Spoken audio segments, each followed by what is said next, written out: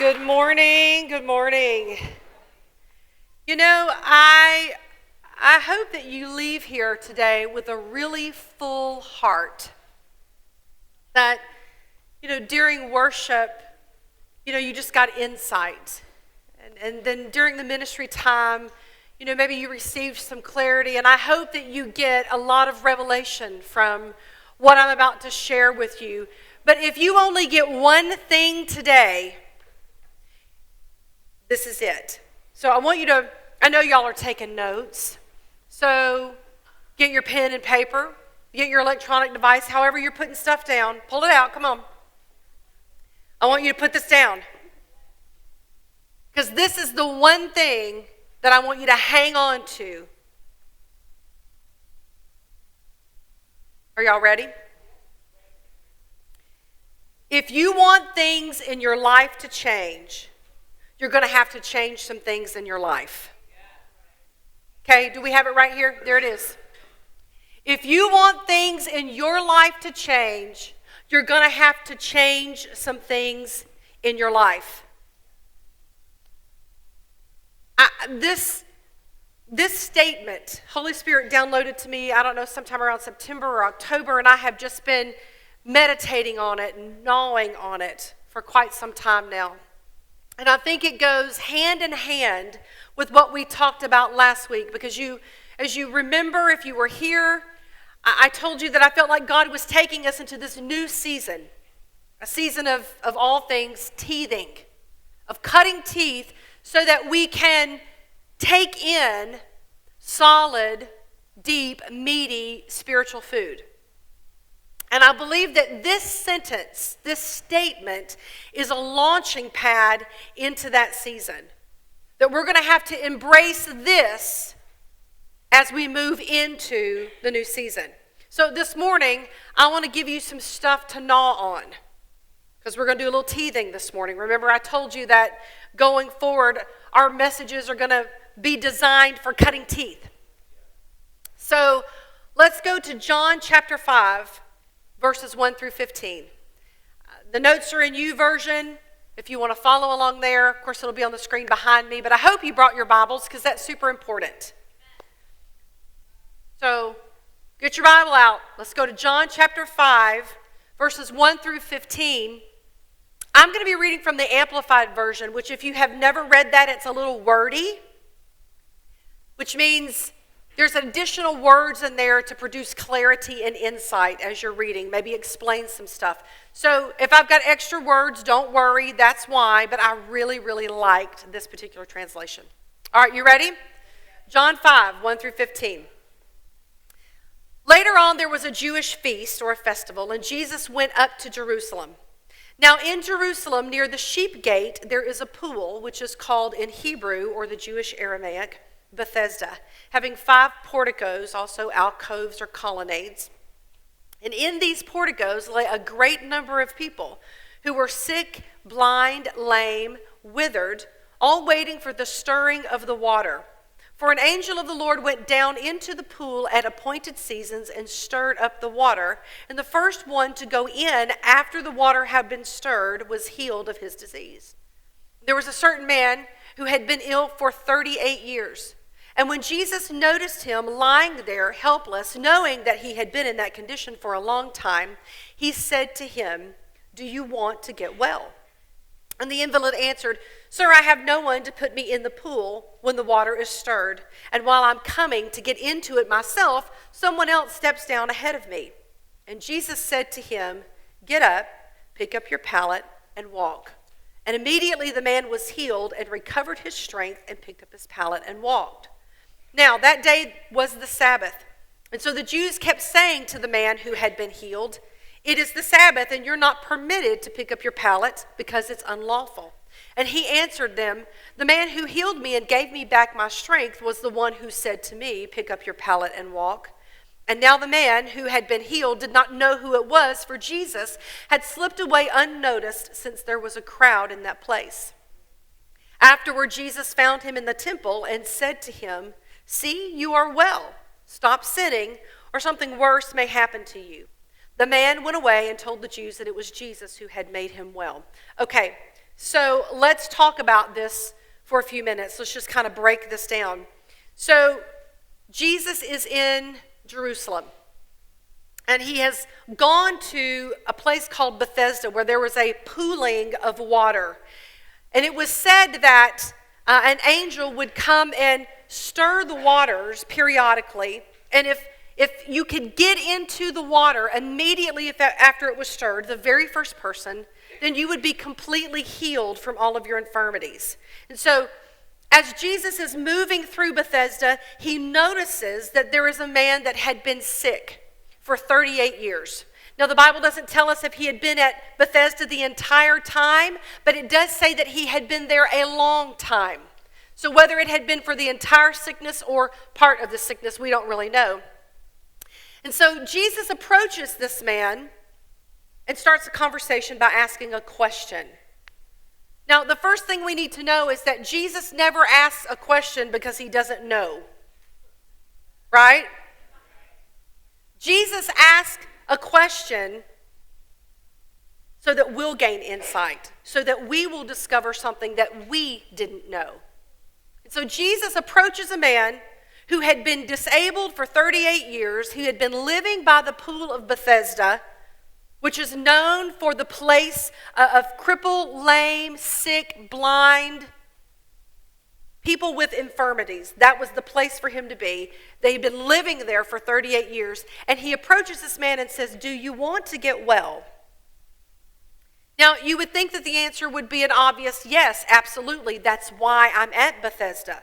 Because it is at Bethesda, it has done it again. Bless the Lord, oh my soul. You know, I don't know that I'm going to ever use this again. This is 2 weeks in a row. Okay, so he approaches the man and asks him a question, "Do you want to get healed?" And you would think that the man's answer would be absolutely, that's why I'm at Bethesda. Because that's where you come when you're sick, is to Bethesda, in hopes that you can get into the water. But that is not what he said. The man's answer is very revealing, showing us what is inside his heart, showing us what's going on in his thoughts. Because his answer says, "Sir, I have no one to put me in the pool when the water is stirred up. And while I'm coming to get into it myself, someone else steps down ahead of me." Now that tells us a lot about this guy and what's going on in his mind. Because Jesus didn't ask him, "Can you get healed? Is it possible for you to be healed? Could you be healed?" Jesus said, "Do you want to be healed?" And so his answer tells us a lot of things. What this man is thinking, what he believes, is what I want doesn't really matter because I can't be healed. It can't be done. It's not possible for me to be healed because I have no friends here who can help me get into the water. There's no family here to help take care of me and get me into the water. Nobody here at Bethesda is going to take care of me. They're just looking out for themselves. No matter how hard I try, I can't get into the water first. They're faster than me. They have help that I don't do. They're closer to the water. They can do things that I can't do. So this is really not going to work. I can't be healed. You see, this man's answer reveals that he believes that he's trapped. He thinks he's stuck there. And so instead of responding with this straightforward, "Yes, I want to be healed," he just offers excuses. He gives excuses of why this isn't going to work for him. Oh, it's working for other people. There are people who are getting healed, but it's not working for me. It's not possible for me. He begins to justify why after 38 years he is still in the same condition. Why after all of these years at being in a place where he should be getting healing, he isn't. And he just begins to justify why he's in that condition, and he starts by blaming other people. No one's here. I don't have any friends. I don't have any family. I don't have any support. All of these people are getting in ahead of me. You would think that there would be some type of organizational system that would allow us a first come, first serve. Nobody's thinking that it's my turn. I've been here a really long time. So they're all getting ahead. They're cutting line. They're getting in before me. And he begins to deny any responsibility whatsoever because it's their fault. It's their fault because they're not here to help me. It's their fault because they're not letting me get in.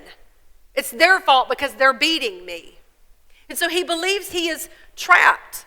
And it seems as though he's just resigned himself to the situation. I don't really know exactly because the Bible doesn't give us a lot of details, but I can really speculate on what must be going on in his mind. I think that maybe, possibly, he's lost hope. Because he's telling himself, someone's always beating me. No one will ever help me. What's the point in trying? What is the use? This is just my life. It is what it is. I'm stuck this way. Maybe he had gotten really comfortable at Bethesda. Been there a really long time. The Bible doesn't say how long, but even if he had only been there for 10 of the 38 years, that's a long time. And so he'd gotten familiar with that place, and he knew how things worked there, and he understood the system there. This is where his space was. It's all he knew. He'd been there so long, he didn't know what was going on the other side of the wall of Bethesda. All he knew was what was taking place right there. Maybe, I don't know, but maybe he found his identity in Bethesda. I'm the guy that's been here the longest. I know all the ropes. I know how this works. I can tell you all the stories of who's come and gone. I can recount to you all the miracles that's happened as people got into the water. I mean, it hasn't been for me. It can't be for me. But I can tell you how it's been happening. There's a hierarchy here. And I'm the head of the hierarchy because I've been here so long. And he's drawing his identity from that. I'm not really sure all the things that were going on in his mind, but this is one thing I do know. His problem is that he is consumed with his situation. He's consumed by his circumstances. He is consumed and fixated on what other people are doing and what they are not doing. He is fixated on what he didn't have and what wasn't being done for him. He was so consumed with those thoughts that he had lost sight of his real issue. And his real issue is he just needed to be healed.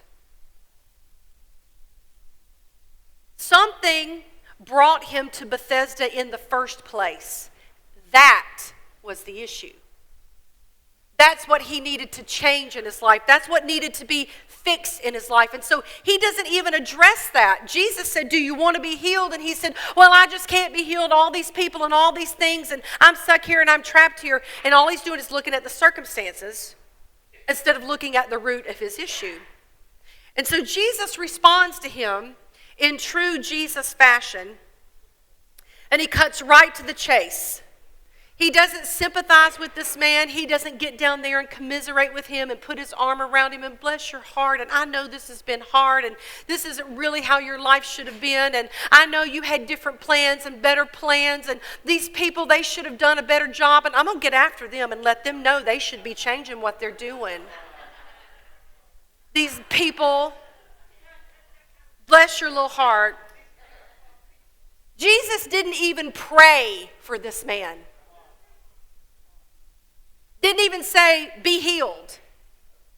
Jesus cut straight to the chase and he said, get up. Get up.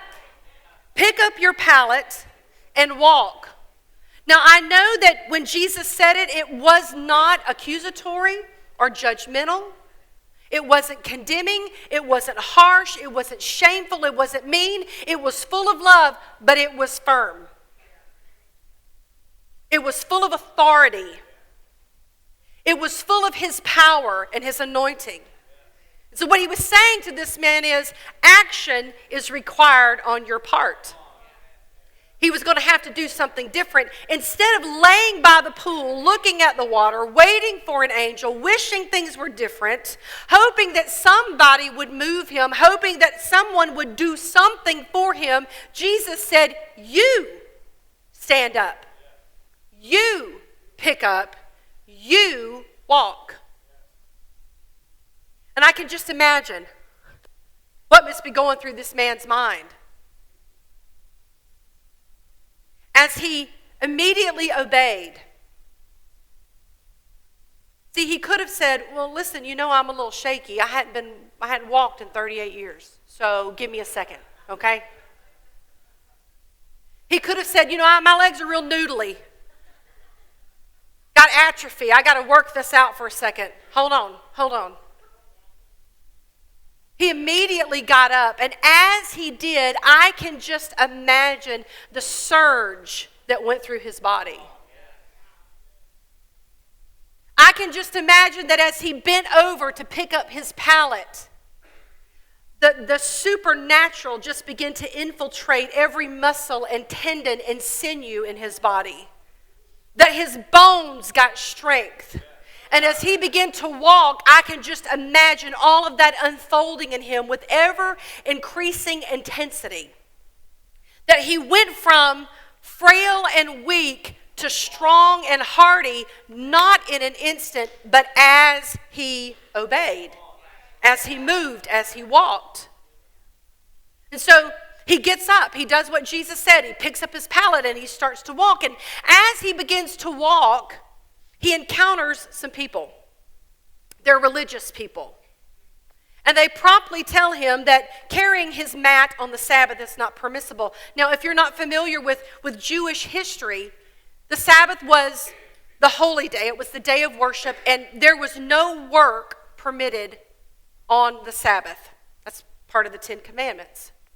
But this group of people had taken it to the next level, and they had deemed almost anything but breathing was work. And so you certainly could not carry your mat on the Sabbath. And they immediately stop him and begin to accuse him of doing something that he should not be doing. And I love his response. He says to the religious people, well, the man who healed me and gave me back my strength was the one who said to me, pick up your pallet and walk. See, already he's had a perspective shift.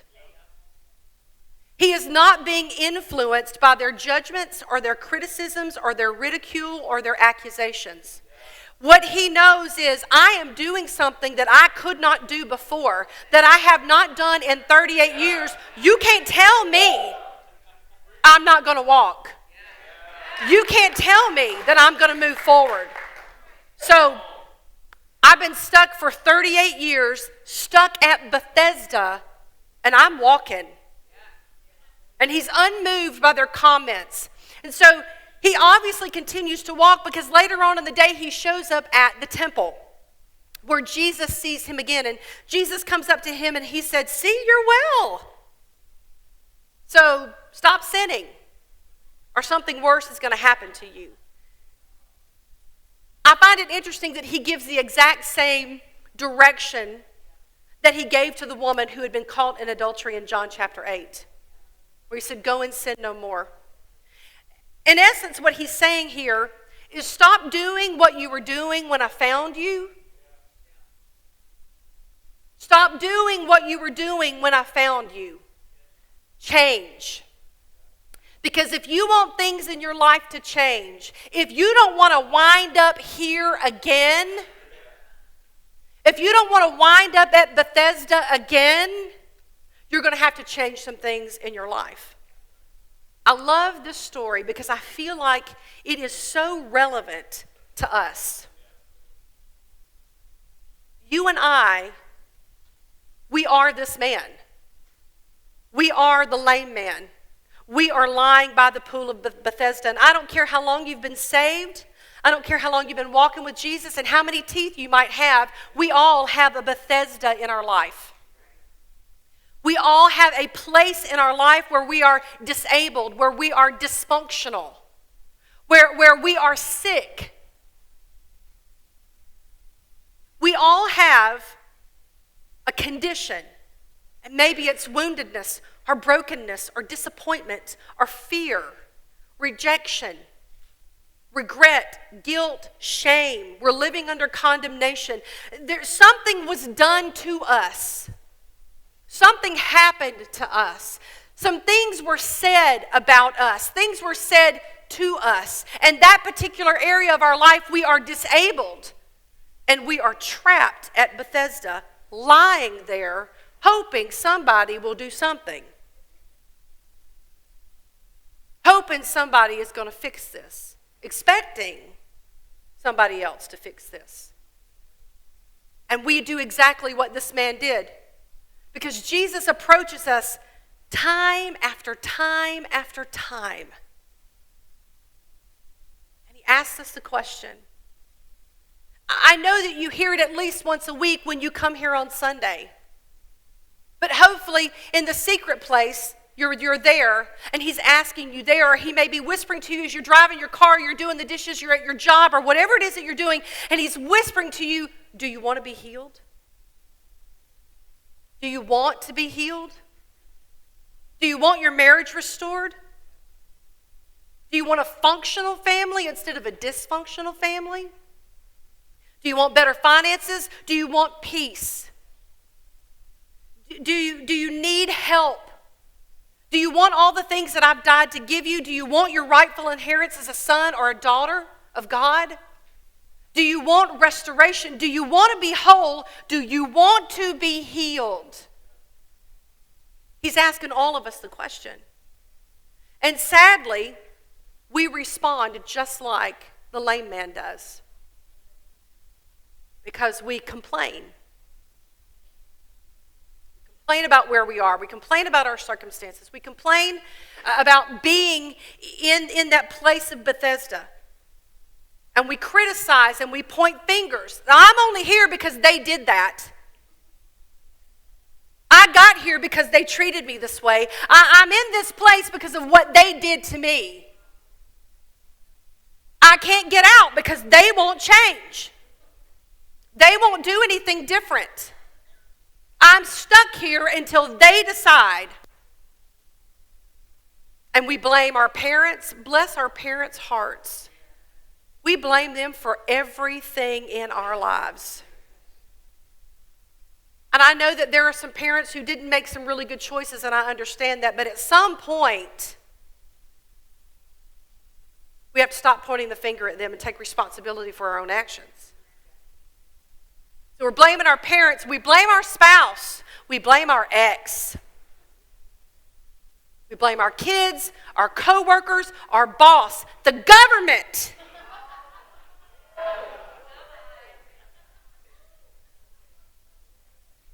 We're blaming everybody. Nobody helps me.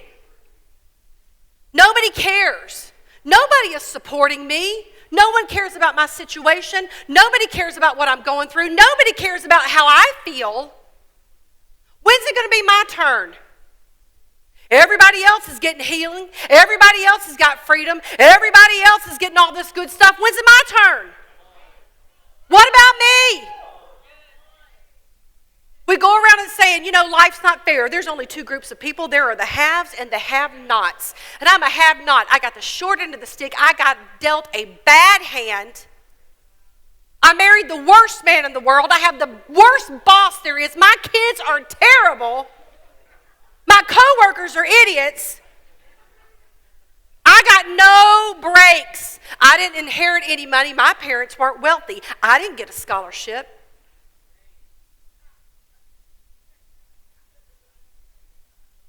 And we rehearse, because y'all know. And we rehearse our sob story over and over and over again. We wallow in self-pity. It's just on replay. It's just on replay in our head. Replay. And if anybody knocks on the door, we're going to give you a chair and let you hear about it too.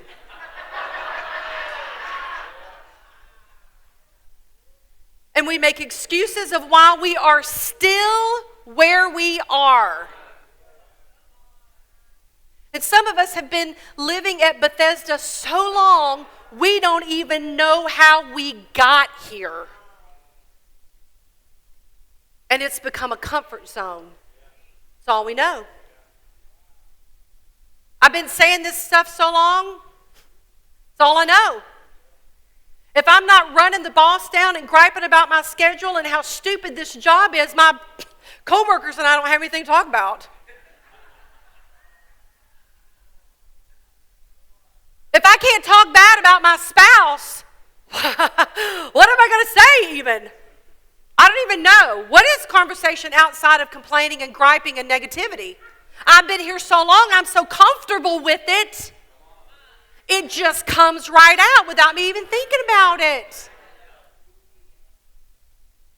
And it becomes our identity. We're wearing that thing like a mink coat. Look at me. Have you heard about how terrible my life is? Look at the lining. You know what I'm saying? We are so fixated on our circumstances that we have lost sight of the real issue. And the issue is our condition. Guys, it really doesn't matter how you got to Bethesda.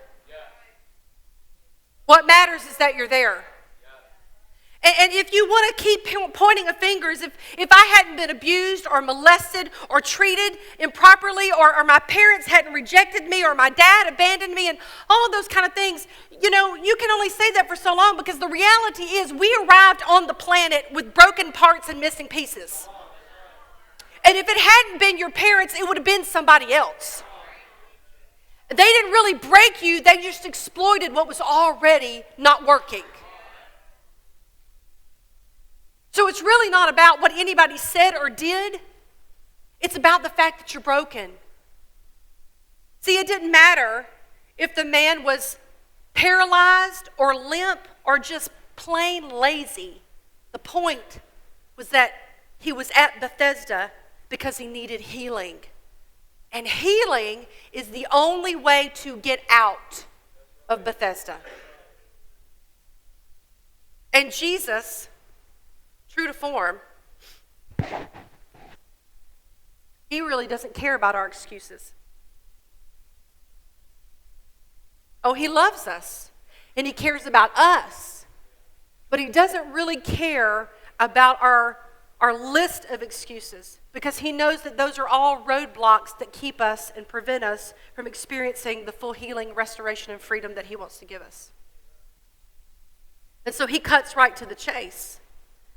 And he says to us lovingly, mercifully, but firmly, get up. Pick up your mat and walk. What he's saying is, if you want things in your life to change, you're going to have to change some things in your life. See, we love this encounter of the lame man and Jesus because it's a time for us to cheer for Jesus, to see his authority, to see his power, to see supernatural things working. And so, you know, he says, get up and pick up your mat and walk, and boom, the man does, and he begins to move. And we're like, yay, Jesus! Completely glossing over the fact that the man had to get up. That Jesus didn't say, take my hand and let's go. That Jesus didn't get down there beside him and stick his arms underneath his arms and pull him up. Jesus stood there towering over him and said, get up. Get up. You pick up your mat. You walk. And I feel like this is exactly what Jesus is saying to us. Remember, guys, we're cutting teeth, and I love you, but this is what Jesus is saying to us. Stop doing what you're doing. You see, change is ushered in by change. You don't get brand new and then you start doing out of the brand new. No, you change, and your change brings brand new. Because change only comes when you modify, adjust, alter, and shift your position. You cannot keep doing what you're currently doing and get different results. I believe they call that the definition of insanity.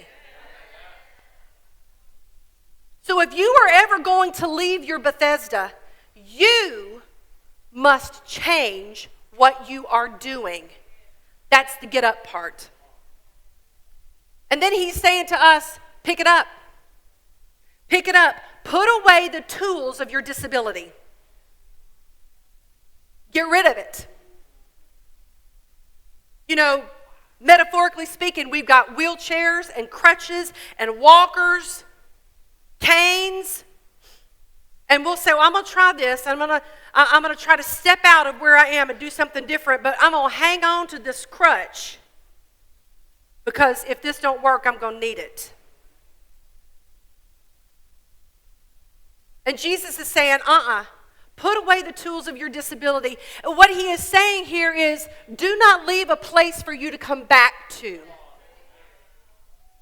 You see, when he told this man to get up and walk, take up your pallet, what he is saying is, listen, it's fixing to get tough for you. Because you've been here so long, you don't have a house. You don't have a job. You don't have a way to get food. And so when you leave this place right now and you come outside of Bethesda into the real world, it's going to be tough. And you're going to be wondering, how can I eat?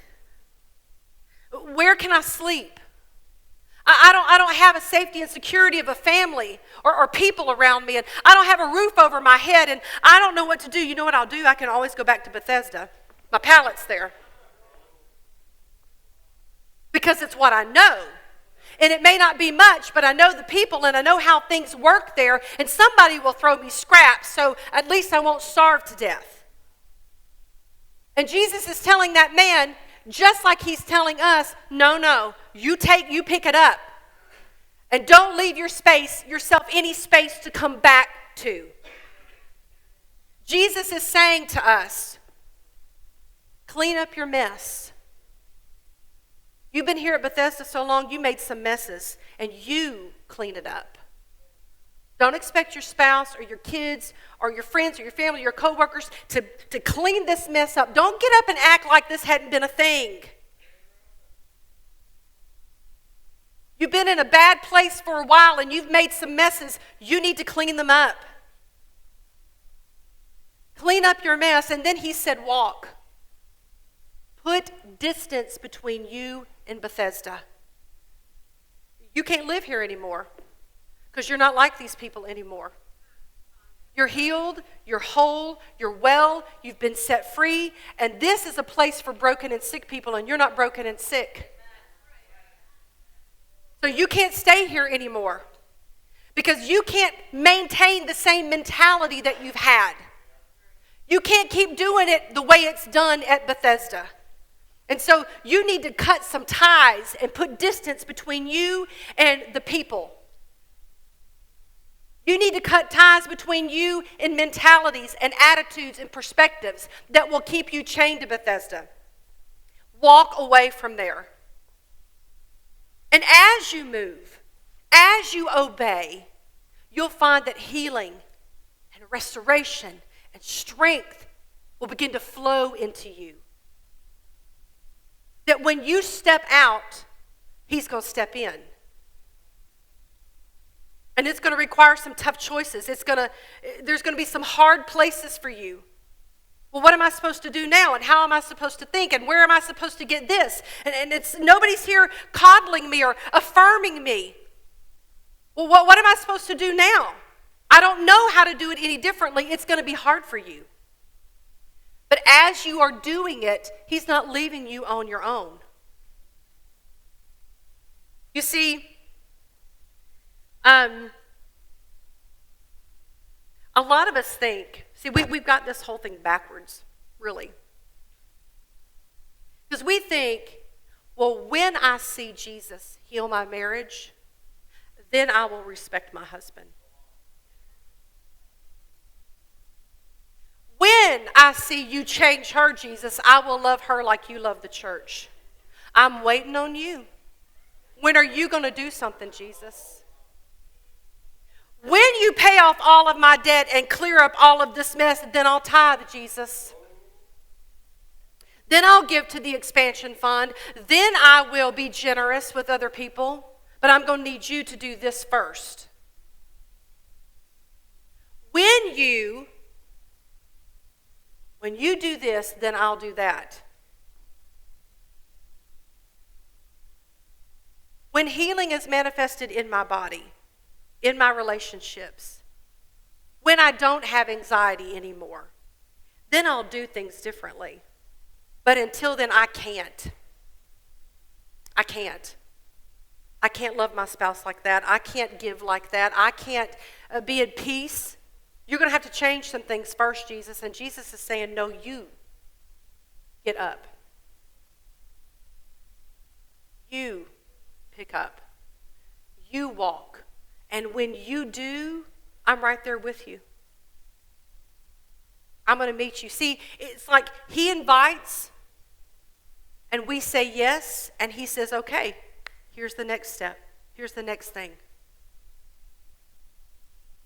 When you step out in obedience, doing what you did not think that you could do, doing what you never thought was possible, and you're thinking, I don't have the strength for this, I don't have the power for this, I don't have the ability to do this. He's like, nope, yes you do, because here I am. And then he tells you the next thing to do. I don't know. I haven't picked up my stuff before. I don't know what it's like. I've been just laying here in this stuff all this time, and I don't know how to pick it up. But when you start to do it, he's empowering. See, you have to do what he's asking you to do first, and then he meets you right there and gives you more than you need to accomplish what he's called you to do. So don't think that you're having to do this whole thing by yourself, because you're not. He's not calling you to set you free. He's calling you to step into what he's already done. You know, last week during worship, we talked about the fact that Jesus said on the cross, it is finished. It is everything. It's healing, it's freedom, it's wholeness, it's deliverance. So, I mean, there's not one thing that he's wrapping up the details on right now. It's all completed. And so he says, step into what's already done. Now, I know you don't have the power to live that way. You don't have the supernatural strength to do that, but that's where my grace kicks in. But you got to step out first.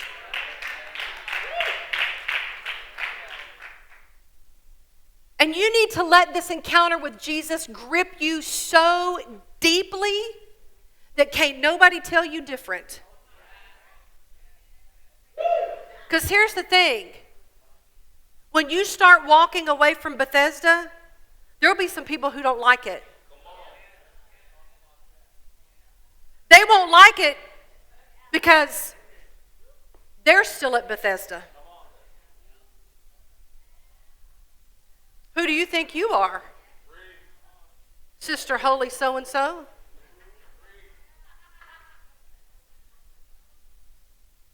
What you mean? What you mean you're going to be different? You can't be different. You don't know how to be different. We're just alike.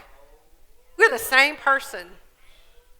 I know you. I know how you act. I know how you think.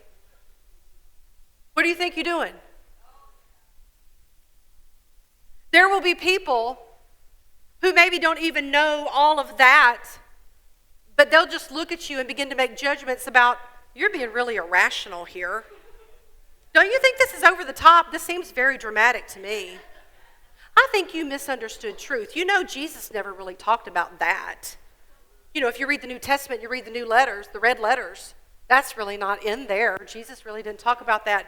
Let me just say this real quick. In the beginning was the Word, and the Word was God, and the Word was with God, and the Word became flesh and dwelt among us. Therefore, the Word is Jesus, and Jesus is the Word. And so if it's in the Bible, it's Jesus, whether the words are read or not. So if it is in the Old Testament or the New Testament, it's Jesus, and he's talking about it. So I think you've misunderstood truth. You know, I don't think God really expects all that from us. Well, let me assure you he does. He does. Because you can't have your cake and eat it too. You can't keep things the way they are and still find change. And so Jesus is standing here this morning and he is saying, do you want to be healed? Do you want freedom and wholeness, deliverance? Do you want a better marriage? Do you want a peaceful home? Do you want to find contentment and satisfaction and joy? How's your finances? Do you want those to be different? Do you want your health to be different? Do you want your weight to be different? And yes, Jesus cares about your weight because the body you're living in was a gift to you from him, so he kind of does care about how you take care of it. What needs to be different? Relationships? Your attitude, your perspective, your mindset, the words that are coming out of your mouth. What do you need? And do you want to be healed? So he's inviting us this morning to get up. Get up. If that's what you want, get up. Pick up